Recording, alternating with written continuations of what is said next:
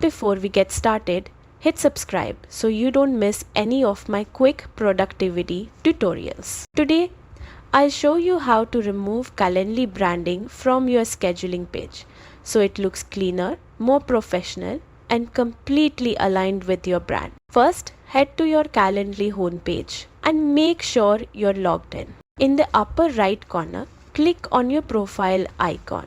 This will open a drop-down menu with several options. From the list, select branding.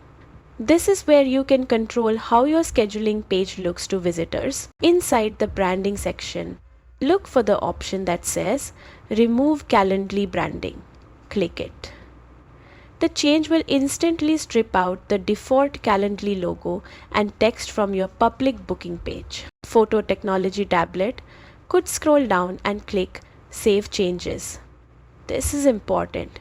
If you skip this step, your update won't stick. And that's it. Your scheduling page is now branding free and ready for a more personalized, professional look. Revisit the branding section every so often to make sure your page still matches your current style, especially if your brand evolves over time. If this tutorial helped you, give it a thumbs up, drop a comment, and subscribe for more quick, actionable guides.